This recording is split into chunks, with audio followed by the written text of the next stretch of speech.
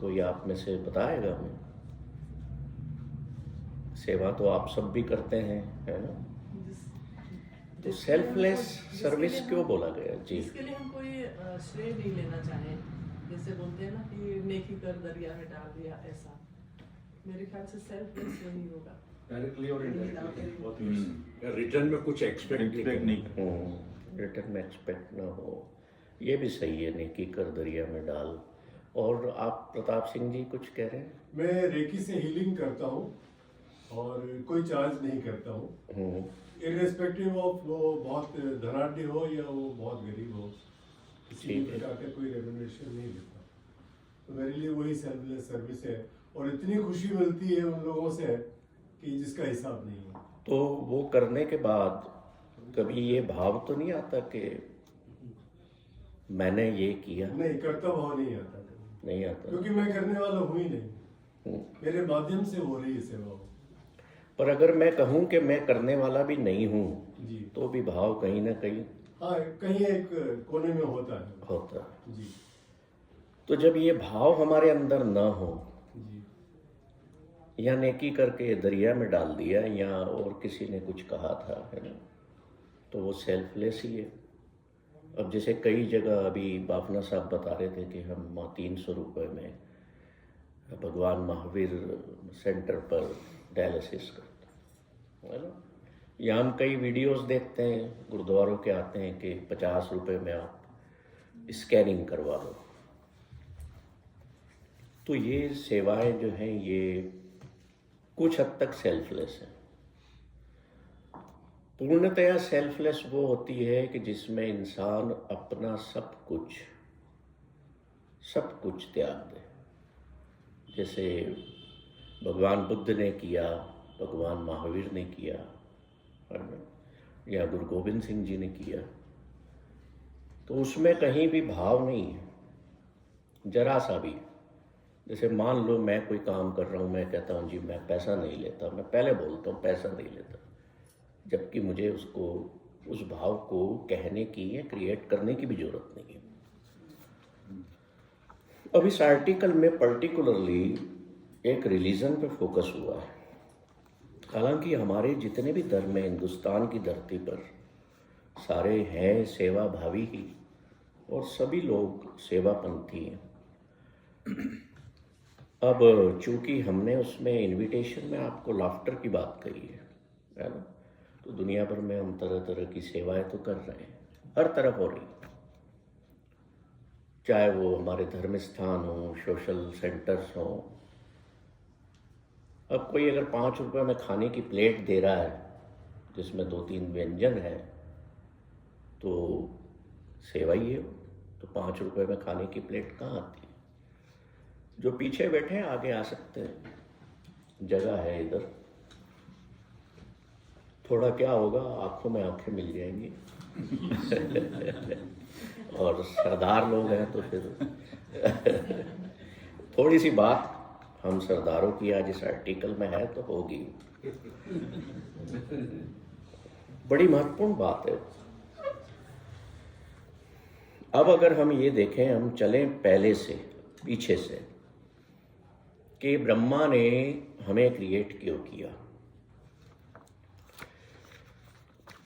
ब्रह्मा जी को कहा जाता है ना, रचना उन्होंने की संसार की। तो सबसे पहले तो उन्होंने अपनी एक स्मॉल स्केल इंडस्ट्री खोली, SSI यूनिट, जिसमें उन्होंने इस धरती पर पत्थर, मिट्टी, धूल, पहाड़ ये निर्मित किए। निर्मित करके भगवान जो है ना वो आराम करने बैठ जाते थे।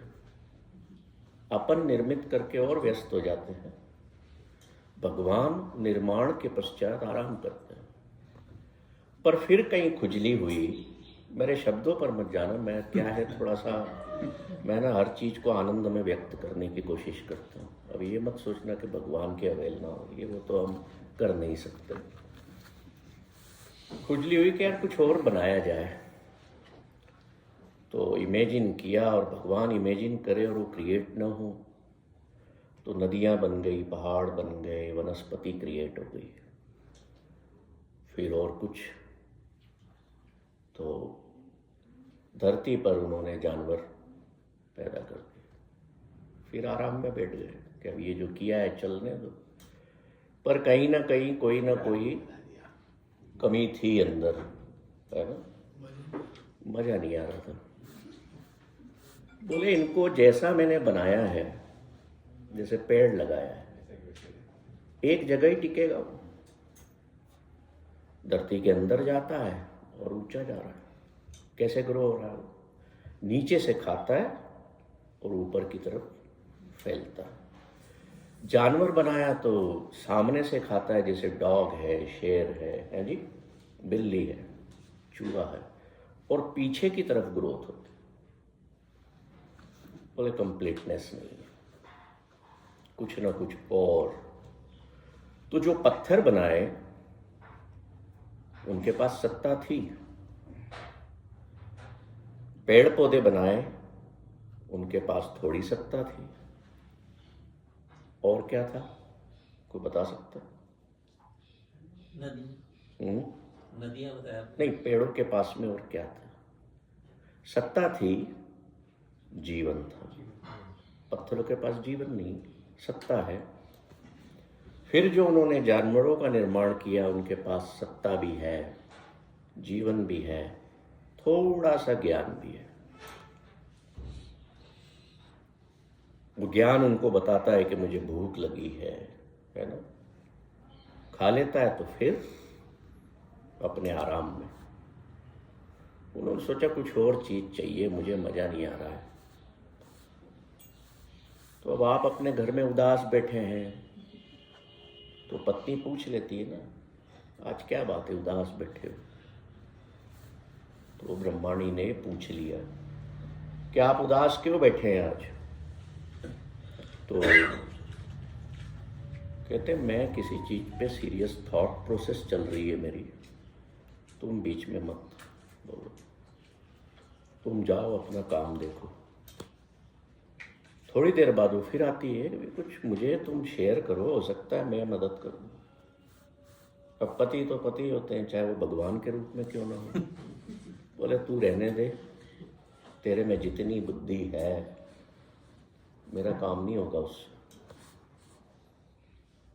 कम से कम शेयर तो कर दो। बहस चालू होती है ना, आपके यहाँ भी होती है, मेरे यहाँ भी होती है, सब। बोले अच्छा यार, इसको थोड़ा सा बता ही दो, फिर मैं अपने काम में लग जाऊं। तो बोली मैं एक आइडिया देती हूँ। अब ईश्वर ने पति को जो है ना, पुरुष को एक गुण दिया है केवल, अहंकार का। तो वो सुने क्या? बोले नहीं, तू तो रहने दे, मुझे तेरी जरूरत नहीं है। और स्त्री को कौन सा गुण दे के भेजा है?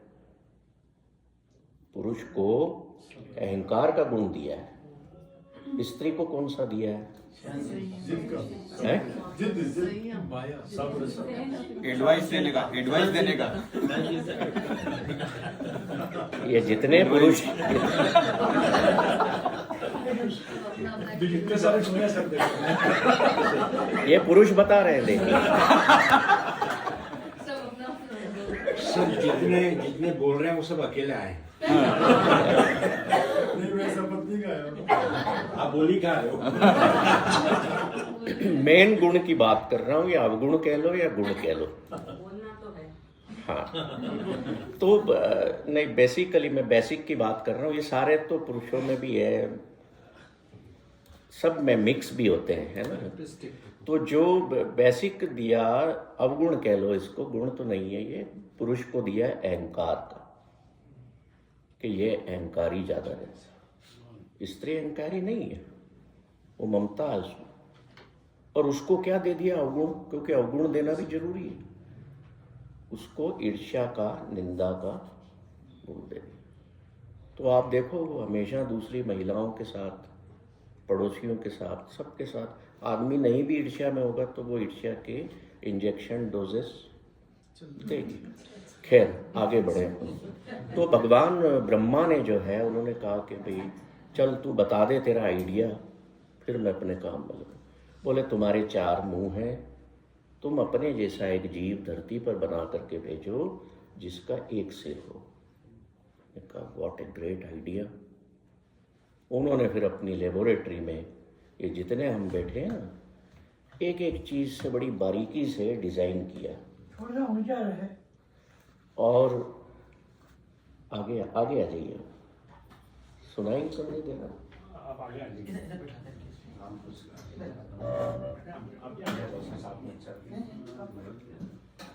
स्पीकर के पास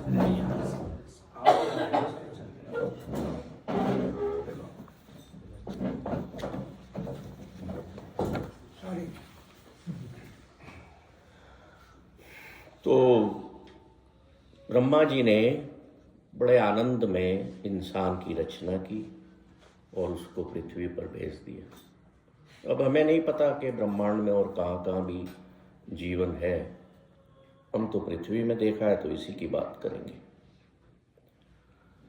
बड़े खुश कि मैंने कितनी सुंदर रचना की है। तो उन्होंने इंसान को सत्ता दी, जीवन दिया, ज्ञान भी दिया, पर एक चीज और दी। कौन सी दी? जानवरों को भी ये 3 दी थी,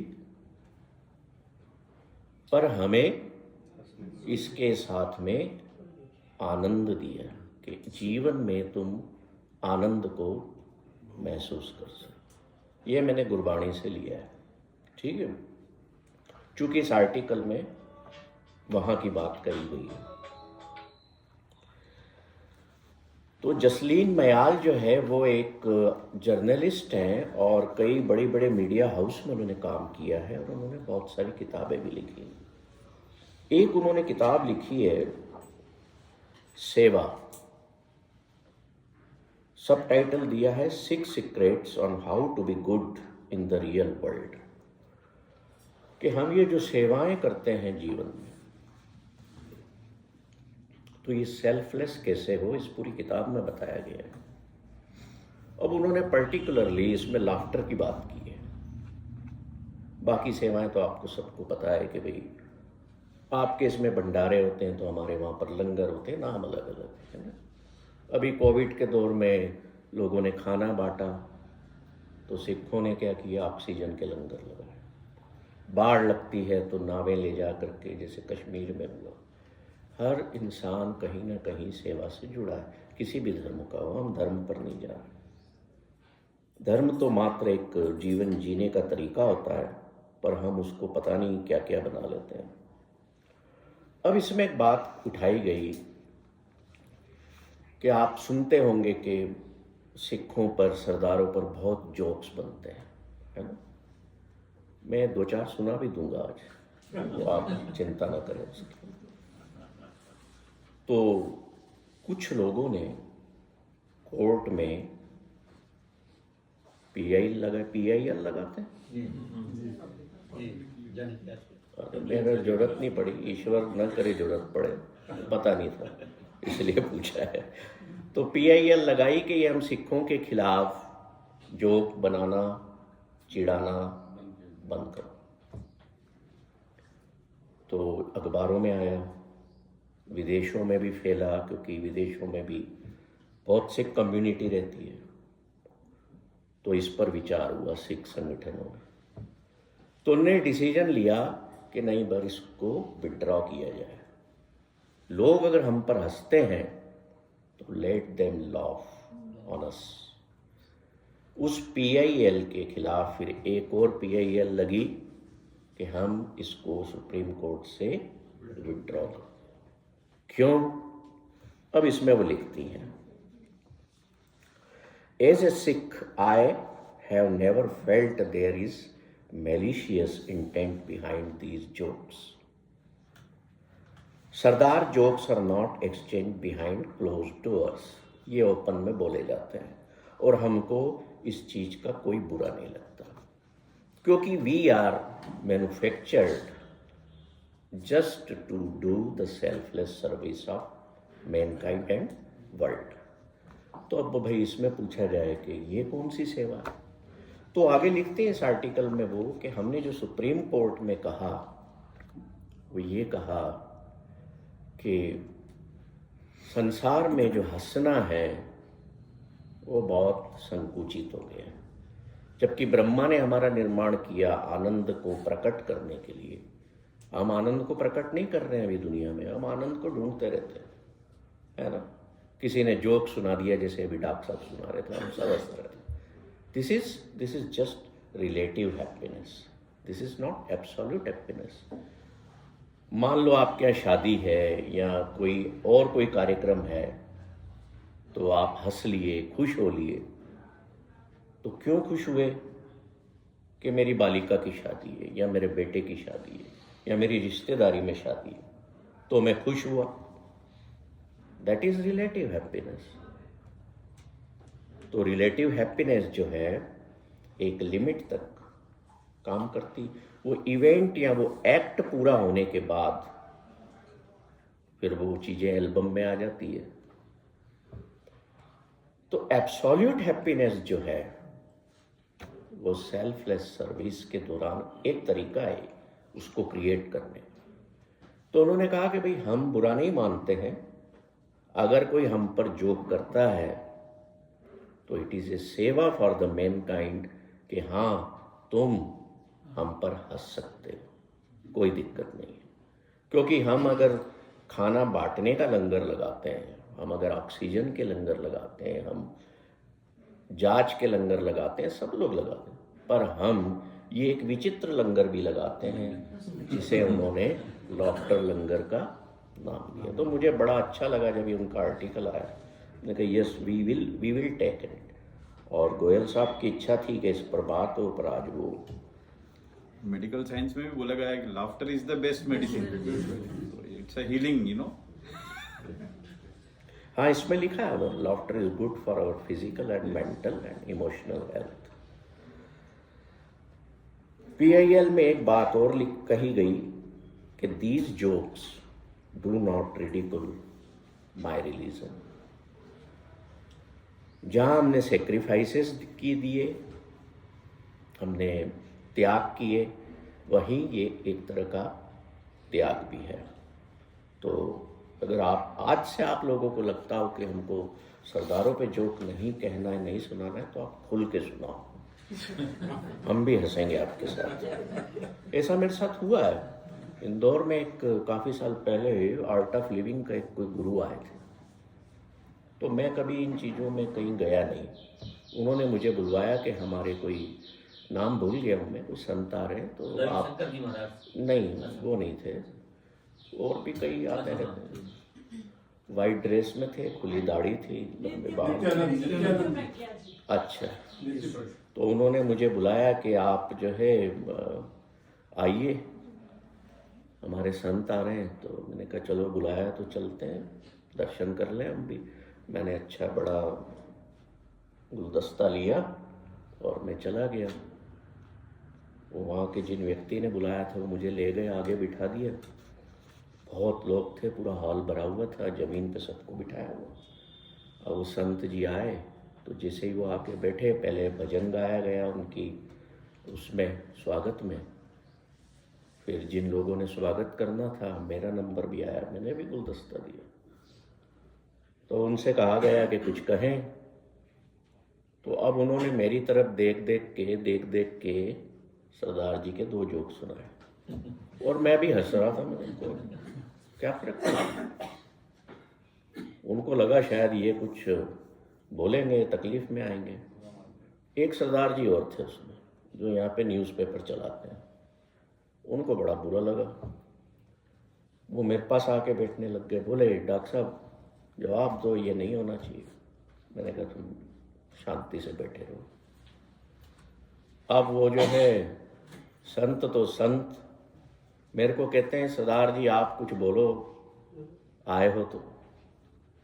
मैंने भी एक जोक सरदार जी पे सुना दिया। जरा हालत से वो मेरा मुंह देखें, बोले इनको बुरा ही नहीं लगा। तो वो जो दूसरे सरदार जी थे अखबार वाले, उन्होंने दूसरे दिन अखबार में मेरा फोटो छाप दिया। बोले ये जो है देखो अपने धर्म की ये ऐसा करते हैं। तो हम कतई बुरा नहीं मानते। और फिर आप दुनिया में कौन सी ऐसी कम्युनिटी है बताइए, अगर आप हमारे पे हंसते हो तो हम बुरा नहीं मानते हैं ना। तो आप हमें रेस्पेक्ट भी तो देते हैं। किसी को आवाज़ देना हो, सरदार जी इधर आइए, देते हैं ना respect. So we are honoured also, so you can love unlimited, you can love. चलिए, ये आर्टिकल की बात, इसमें आप जरूर पढ़ें इसको, क्योंकि मैं पूरा पढ़ूंगा नहीं अभी, थोड़ा सा जो बातें कहना है। और लॉफ्टर पे आते हैं हम, कि थोड़ा सा डॉक्टर साहब ने बताया कि मैंने 2 सेशन लिए थे मुल्ला नसरुद्दीन पर। तो आप में से कोई यहाँ खड़ा होगा, कोई भी एक व्यक्ति, आइए, आ जाइए, कोई बात नहीं, सब अपने वाले हैं। हाल से बाहर तो जाएगी ये बात।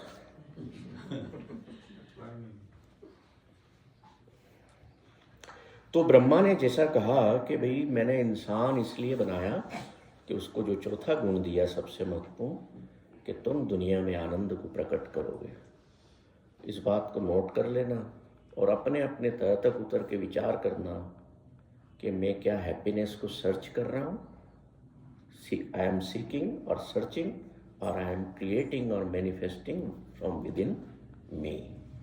तो करना आपको ये है, क्रिएट करना है, मैनिफेस्ट करना है।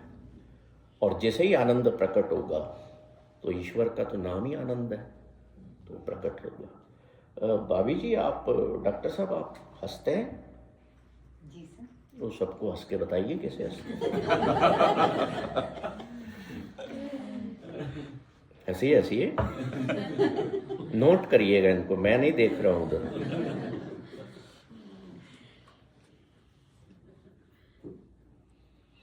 चुप क्यों हो जाते हैं? सर कोई जोक करे मैं तो और हंसूंगी। नहीं भाई, मैं देखिए वो मैं रिलेटिविटी में, सापेक्षता में हटाना चाहता हूँ आपको, मैं एब्सोल्यूटनेस में ले जाना चाहता हूँ।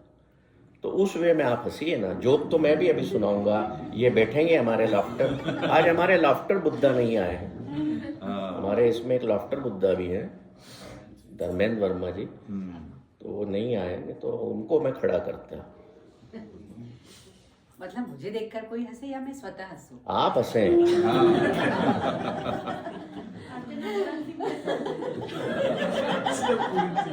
सिद्धू जी से अपने को प्रेरणा लेनी चाहिए।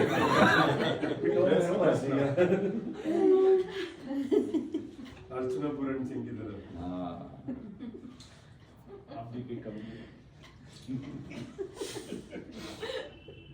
और कोई हंसना चाहेगा यहाँ खड़े होकर? अभय जैन सर इसके लिए बेस्ट वो है। लाफ्टर अभय जैन हंस सर सकते हैं, है जी? जिससे लाफ्टर प्रैक्टिस करते हैं नहीं, वो नहीं, वो नकली है। वो बगीचों में भी लोग हंसते हैं, वो कोई मतलब नहीं है। वो तो रोना है उनका घर का निकला हुआ है। डॉक्टर साहब, जैन साहब, आप आइए आइए, ट्राई करिए। ठीक है डॉक्टर साहब, थैंक यू। सर जो है, जो दिल खोल के हंसते हैं।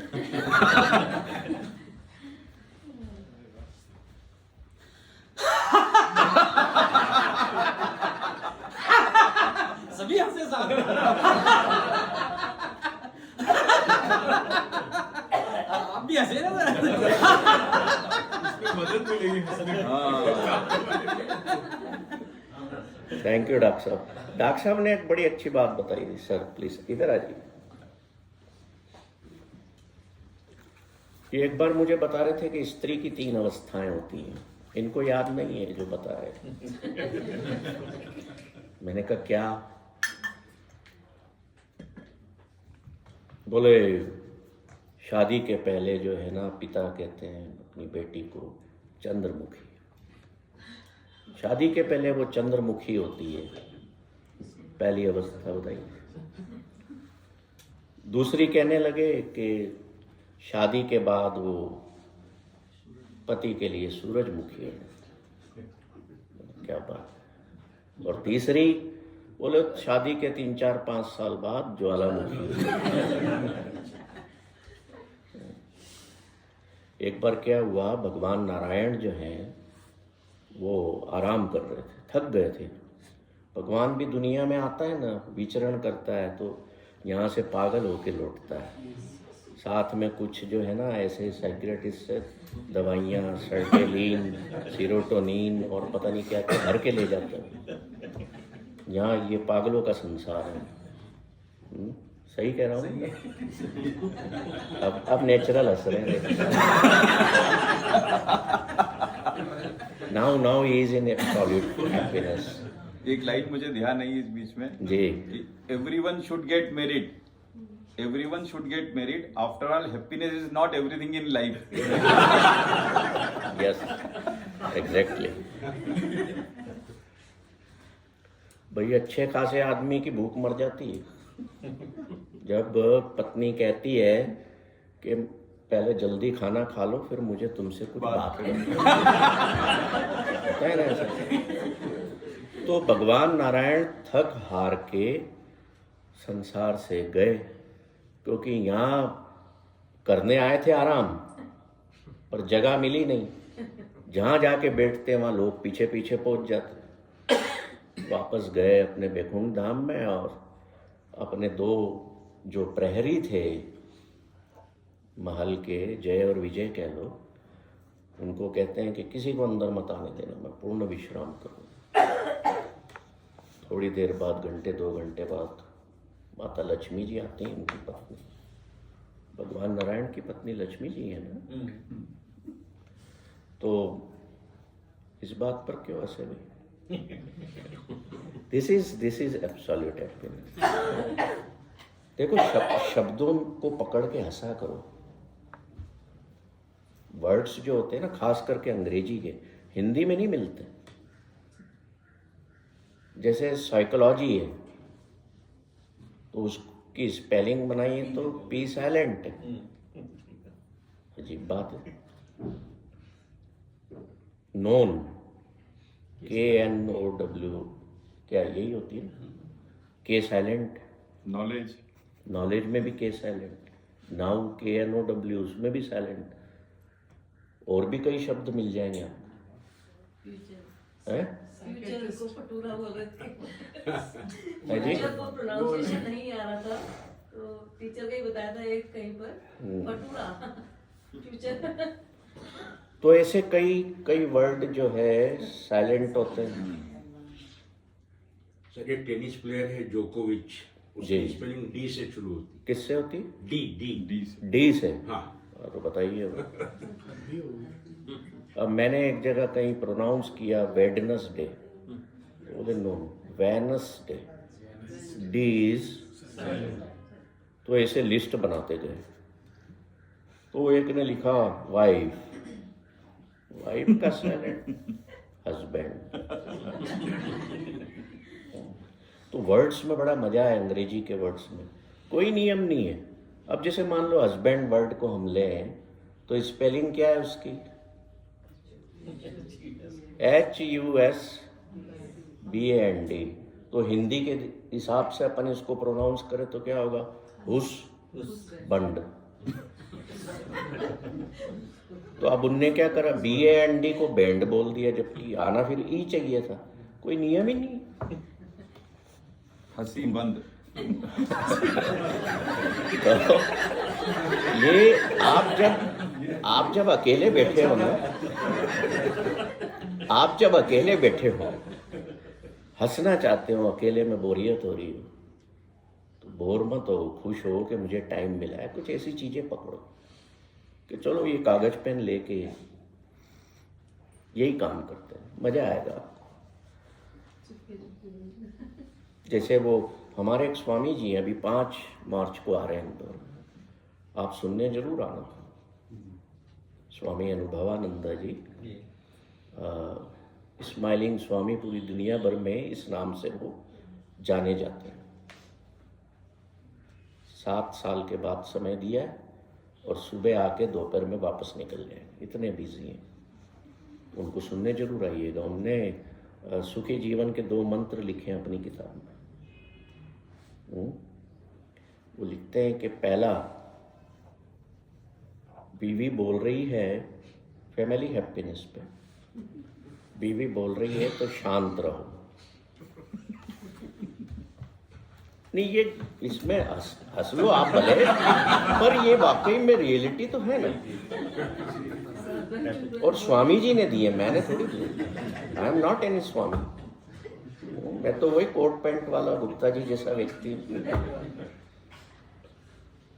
और बीवी शान तो फिर जुर्रत भी मत करना बोलने की। 2 मंत्र सुखी जीवन। पर मुझे आज तक ये समझ में नहीं आया कि जितने मंत्र देते हैं लोग, ये सब करते हैं कि ये पत्नियों को क्यों टारगेट करते हैं। तो पत्नियों को मैं कह दूं कि you are messenger of joy. जैसे सिखों के लिए PIL लगी ना, आप भी आनंद को प्रकट करते हो तो बुरा मत माना करो, ऐसा करो। तो मैं क्या बात कर रहा था, नारायण भगवान की। तो उन्होंने बाहर चौकीदारों को, जय विजय को खड़ा कर दिया कि आप यहाँ रुके रहना, किसी को नहीं अंदर आना। अब माता लक्ष्मी जी आई, उन्होंने रोक दिया कि भगवान का आदेश है, मैं आराम कर रहा हूँ, कोई मुझे डिस्टर्ब ना करे। मैं पत्नी हूँ, तुम जानते नहीं हो, हटो आगे से। उन्होंने कहा नहीं जाने देंगे।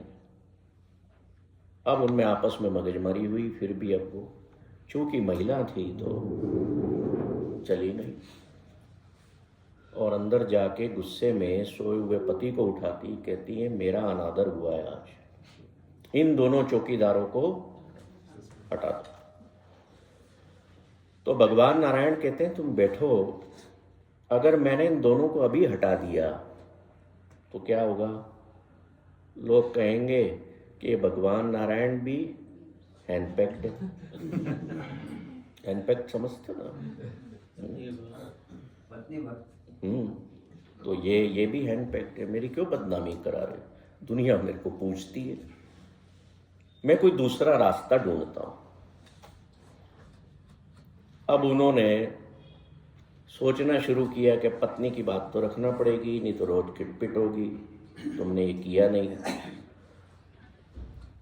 श्री नारायण भगवान के 4 बेटे सुने ना आपने, सनक, सनंदन, सनातन और सनत कुमार। चारों जो हैं अभी भी 5 वर्ष के, उम्र उनकी लाखों वर्ष है, पर अभी भी वो बच्चे हैं। उन्होंने जब देखा ना कि हमारे माता पिता में इतनी बहस होती है हर बात को लेके, बोले हमें बड़ा होना ही नहीं। क्यों नहीं होना? क्योंकि हम अपने आनंद को, जीवन के आनंद को हम खोना नहीं चाहते। तो भगवान से उन्होंने वर लिया, और आज भी वो 5 साल के बच्चे ही हैं चारों। ये कथा आप पढ़िएगा, जहाँ पर ब्रह्मा का, नारद का जिक्र हुआ है गुरु ग्रंथ साहब में, वहाँ से ये चीज़ें मैंने उठाई हैं। देखो, गुरु ग्रंथ साहब जो है ना, वो हमारा कोई वो नहीं है, विशेषाधिकार नहीं है। उसमें आप देखें, आप हिंदू, मुस्लिम, पीर फकीरों सबकी बाणी। तो दैट इज़ नॉट, पहली बात तो that is not a book, that is a ग्रंथ, that is a living Guru of 6। ठीक है?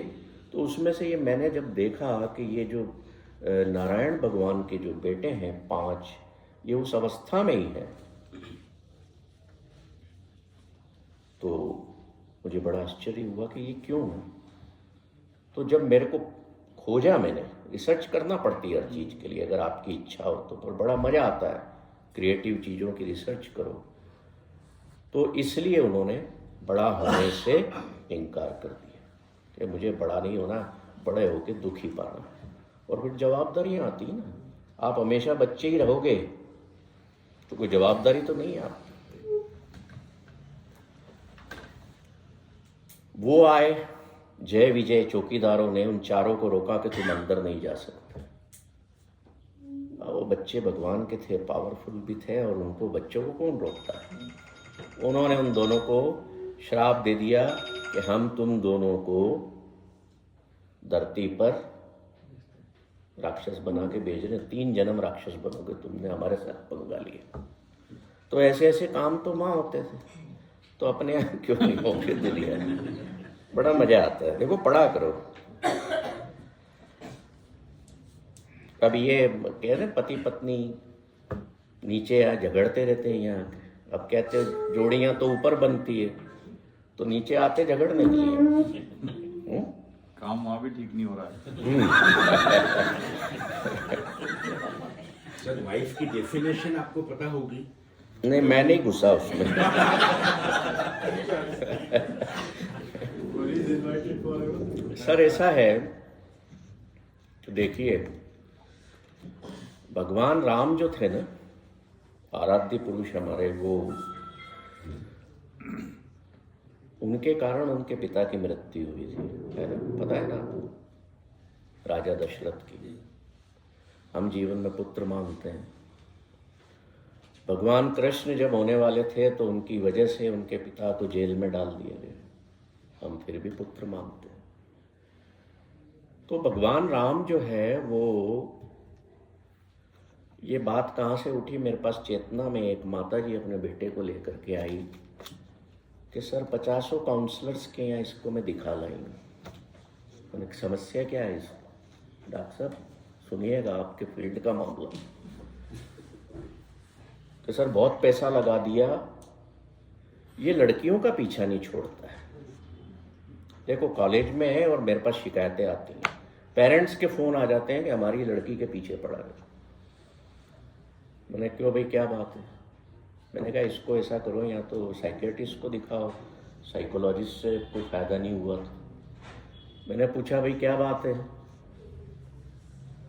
तो बोले वो मम्मी मंदिर ले जाती है, वहाँ पे वो कथा चल रही थी, तो सर आप बताओ, अपने भगवान कृष्ण 16,000 लड़कियों के पीछे भागते थे, मैं भागता हूँ तो कौन सा गुनाह कर रहा हूँ? परसेप्शन। मैंने कहा माता जी मेरे पास जवाब नहीं है, आई कांट डू एनीथिंग। तो भगवान राम जो थे ना, उसका दूसरा परिप्रेक्ष्य देखिए, मर्यादा पुरुषोत्तम राम कहा जाता। अभी वापस पत्नियों पे बात आ रही है, माफी चाहता हूं पहले, क्योंकि मेरी पत्नी भी बैठी है। भगवान राम जीवन में दुखी क्यों हुए? पत्नी को स्वर्ण हीरण मृग चाहिए था। अब उसके कारण, पत्नी के कारण दुख पाया, युद्ध हुए, सब कुछ हुआ, रावण को मारना पड़ा। महाभारत में द्रौपदी के कारण, तो वहां दुख हुए। तो अब ऐसा एक भगवान भी हमें चाहिए था जो कहता कि स्त्रियों के कारण आनंद होता है। तो श्री कृष्ण का है। श्री कृष्ण भगवान ने 16,000 गोपियों को एडजस्ट किया, मैनेज किया। भगवान राम से एक नहीं हुई थी। समझना बात को, मजाक नहीं उड़ा रहा, किसी ईश्वर की, इष्ट देव की मजाक नहीं है ये, पर उसमें हंसी का पुट है ना, जीवन को देखें। अब भगवान श्री कृष्ण ने कैसे मैनेज किया होगा बताइए, बात वहां आती है। श्री राम के फोटो देखे आपने? पूरे परिवार के फोटोग्राफ लगे हैं, मेरे घर पर भी लगा है। इधर श्री राम है, इधर लक्ष्मण जी हैं, माता सीता है, हनुमान जी, ऐसे करके, है ना। पर ये बताओ, श्री कृष्ण का फोटो आपके यहाँ लगा है तो किसके साथ लगा हुआ? राधा कृष्ण। पत्नी कहाँ गई?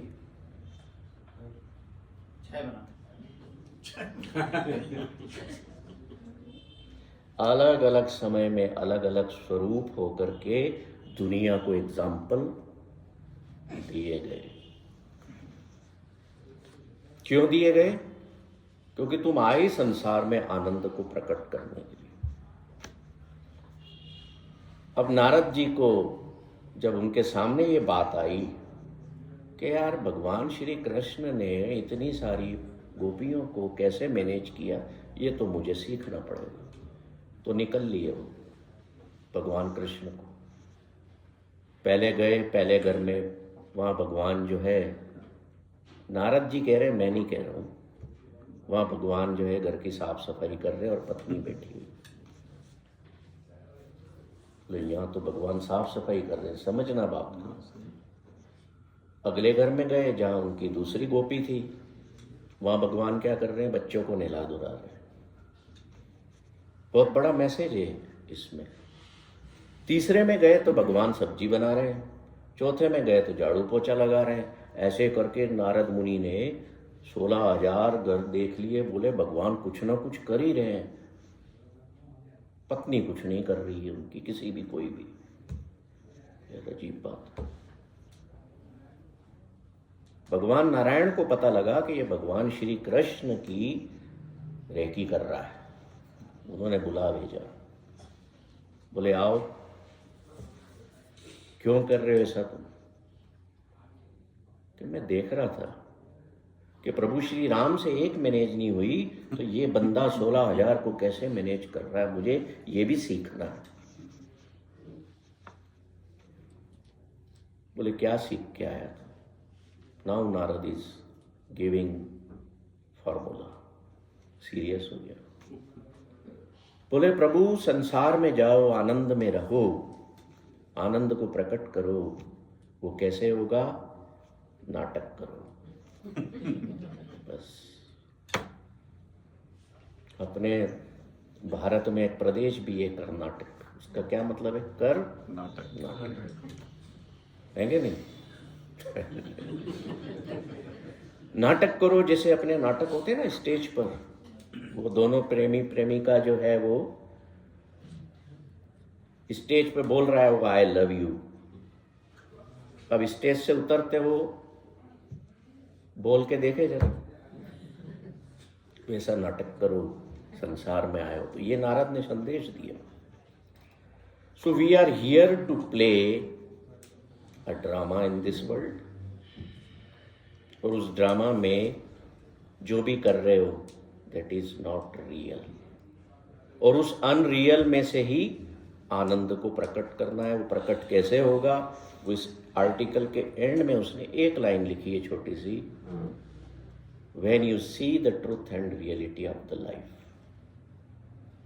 जब आप समझ लोगे कि मैं संसार के जितने भी रिश्तों में हूँ, रिलेशनशिप्स में हूँ, कार विहार में हूँ, ऑल आर अनरियल, मुझे नाटक ही करना है, तो you will find the reality of life. तो अब मेरी इन बातों से, भगवान श्री कृष्ण की कथा से ऐसा मत कर देना कि जो आपके बेडरूमों में आपकी पत्नियों ने आपके साथ तस्वीर लगा रखी है वो आप बदल दो। ऐसा मत करो। पता लगा वो डॉक्टर साहब ने बोला था कि भगवान श्री कृष्ण इसलिए खुश रहते थे कि अपनी पत्नी की फोटो न लगाते हुए प्रेमिका की लगा रखी थी। आप ऐसा मत करना, नहीं तो मेरे को नहीं पता क्या हाल होगा। देखो मजा जो होता है ना वो आता नहीं है, उसको ना लेना पड़ता है, निकालना पड़ता है। और अगर ईश्वर को भी याद कर रहे हो तो सीरियसली याद करोगे तो वो भी भाग जाएगा, बोले तो सीरियस आदमी है, बेकार है।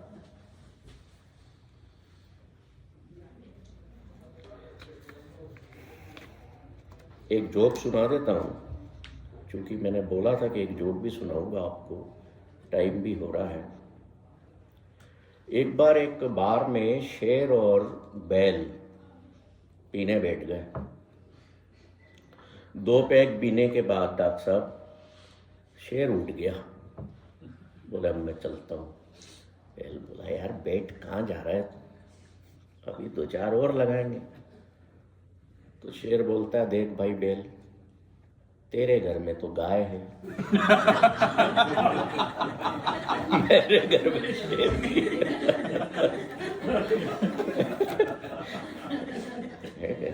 आनंद प्रकट हुआ। और दूसरा, अपने घरों में ऐसा करा करो, प्रैक्टिकल, बड़ी प्रैक्टिकल चीज बना रहा हूँ। सब ने अपने अपने घरों में ना ड्राइंग रूम्स और लिविंग रूम्स बनाए हो, तो ड्राइंग रूम पीपल मत बनो। वहाँ क्या है, सब बैठ के ना बड़ी बड़ी बातें करेंगे, ऐसा कर लेते हैं, वैसा प्लानिंग कर लेते हैं, ऐसा कर लेते हैं। रिजल्ट 0/0 ही आता है। और कभी कभी उस चक्कर में आपस में बहस हो जाती है, मत। तो ड्राइंग रूम पीपल कभी भी मत बनो, लिविंग के भी बाहर रहो, घर में भी मतलब नाटक करो कि हाँ मैं तुमसे प्रेम करता हूँ, आई लव यू। वर्ड्स का ध्यान रखे, मैं तुमसे भी करता हूँ नहीं बोलना। भी नहीं करता। माइंड भी मैं सोचता हूँ अब मैं कहीं भी टाक देने जाऊँ ना तो मैं डॉक्टर साहब के साथ रहूँ। ये बीच बीच में मुझे बहुत अच्छा करेक्शन भी देते हैं।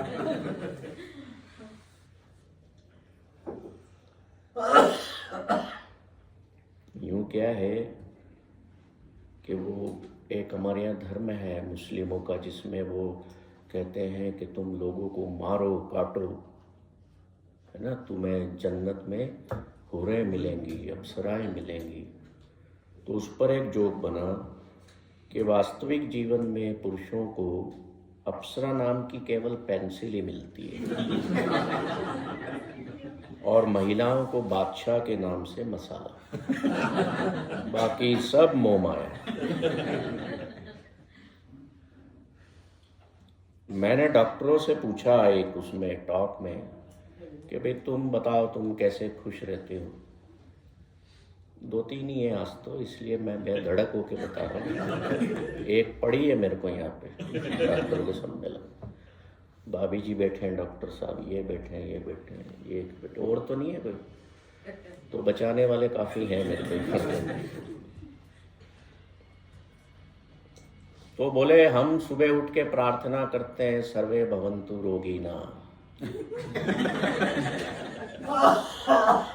ठीक है,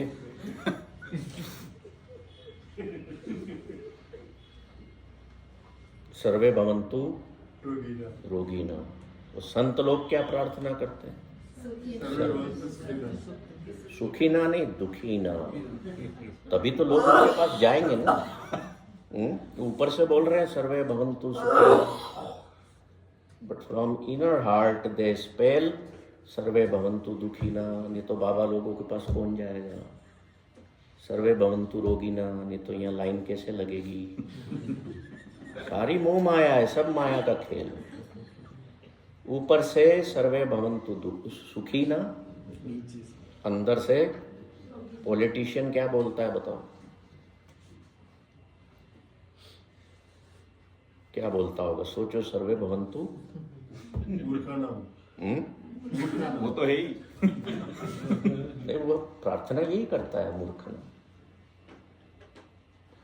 संत लोग एक प्रार्थना और करते हैं, सर्वे भवन्तु पापिना, सारे पापी हो जाए तो हमारी पूछ परख बढ़ेगी। तो कहने का मतलब ये है कि सदा सुखी रहो, सदा सुखी रहो। ऐसे आशीर्वाद के कारण बहुत सारे लोग कुंवारे रह जाते हैं। ठीक है।